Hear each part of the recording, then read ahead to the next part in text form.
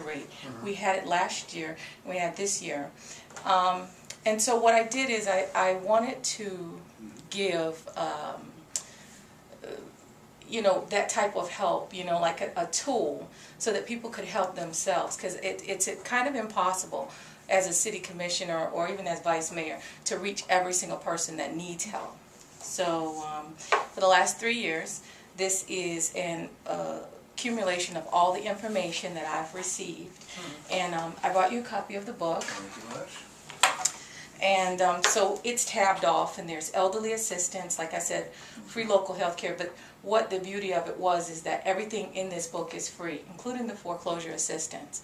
And I put that right in the middle because that's the most utilized part of my my book.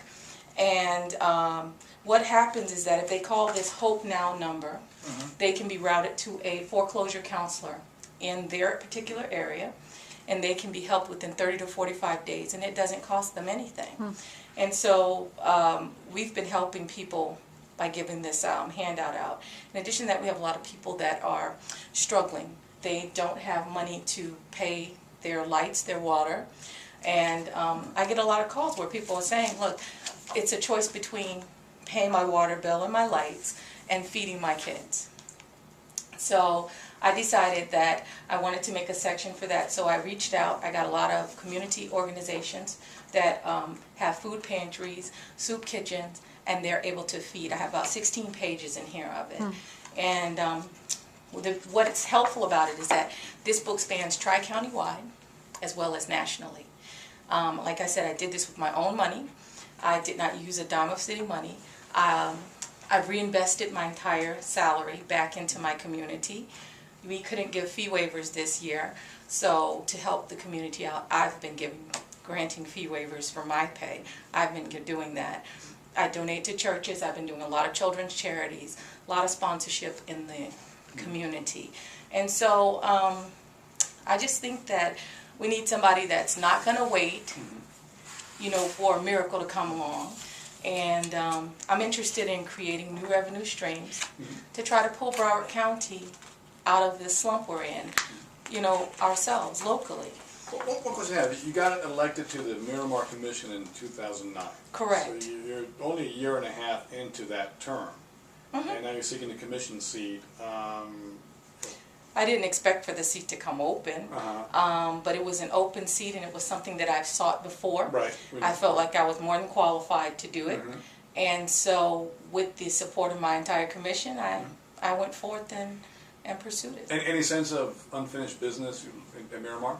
No, because Miramar is the largest part of District 8, and so I'll still be representing my constituency, but just on a county-wide level, and the same type of passion and commitment that I've had on a city level, I'll bring that to the county commission.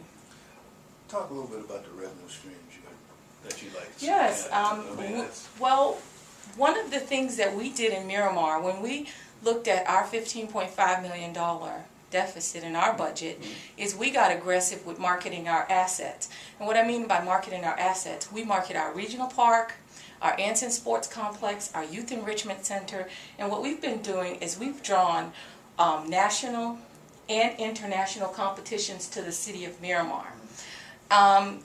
We just finished hosting the knockout under 23 track and field games, and we host 32 countries in our city, and what that did is it sold out every hotel. All the restaurants were packed, and it generated revenue in excess of $2.2 million, not just for the city of Miramar.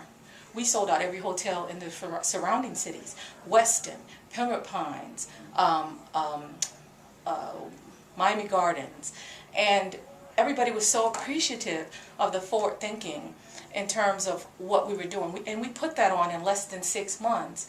And the whole purpose in that is to change, you know, the focus of Miramar as being a bedroom community and put us on the map as being the destination and a place to be.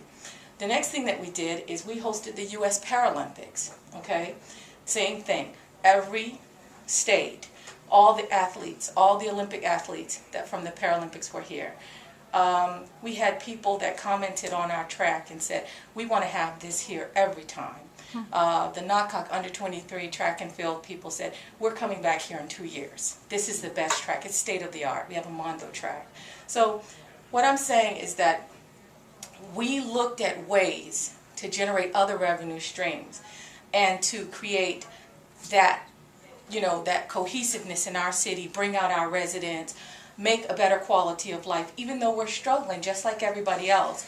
But we were able to accomplish that, and that wasn't an easy feat. And so I think that on the Broward County level, with my background being what it is, I think Broward County needs to create a strategic marketing plan so that we can increase our tourism here in the county and start maximizing the assets of each of these cities. We've got a cultural arts center, we got the Broward County Convention Center, and yes, we have great shows, great plays, great events that go on there, but we could do more. And so that's kind of where I'm looking in terms of creating a new revenue stream. As far as the budget is concerned, we've all been faced with cutting. This is a very difficult time, but I believe that there's ways to, survive it. We've put some major projects on hold in our city, such as rehabbing our $38.2 million fire and police station that's located on Douglas Road. We didn't have enough money for that. We had, I think we had something like $12.8 million saved toward it, and we were trying to accumulate enough money so that we could rehab the building itself because it was full of asbestos and mold. Mm-hmm. And we had to put that project on hold. We wanted to buy 3 new fire engines. We had to put that on hold. I just think that it's a way of doing things without losing the quality of life that we have here in Broward County. And I'm committed to doing that as a Broward County Commissioner. Now, how much time do you spend on your home health care company?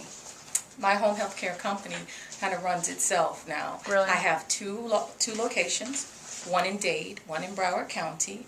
Right now I've created jobs for just over 600 people, nurses and therapists. Is any government money or grants or funding going into your No. company? Okay, and it wouldn't be contracting with any government agencies or Nope. anything? No. As a matter of fact, the majority of my money comes from the private sector, insurance companies.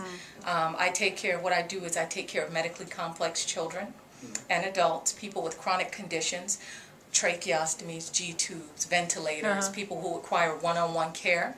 I set up the unit, so to speak, in the home, and we provide around-the-clock nursing care with therapists and backup support. It decreases the infection rate, increases the quality of life, and it costs 1/3 of what it would cost to put them in a facility. So, Who's running your campaign? me. Who else? Nobody? No, I run my campaign always. Oh. No Patriot games, no. Oh, Patriot Games does my mailings, yeah. Do you have any paid consultants or? I would say that they are a consultant. Okay. But beyond them, nobody else? No. Those individuals, no. Okay. I haven't had a good experience with that. In what way? What do you mean? Well, most consultants usually take your money and do very little for you. Yeah. So, I mean, my background is in marketing. Who better to market myself than me? Right. So that's what I do. And how do you, distinguish yourself from your opponents? Because obviously you're not running in a vacuum. Well, like I said, I laid it out before. I think I'm more of I'm a self-made person. Yeah. I'm an entrepreneur, and I'm more community focused and community oriented in terms of my programs, like my Commission on a Mission Guide. In terms of my connection with my community, I'm always doing something in my community, whether it be homeowners association, PTA meetings, whether it be going to churches, church events, children's charities. I'm focused on bridging that gap in the community, being accessible. And I think that what differentiates me is my background in business. I've worked for Fortune 500 companies. I've worked for with multi-million-dollar budgets probably most of my nursing career. I'll go down the list. I have a RN diploma, Associate of Science in Nursing degree, Bachelor's of Science in Nursing, Master's of Science in Nursing, Advanced Registered Nurse Practitioner degree, and a minor in business. And so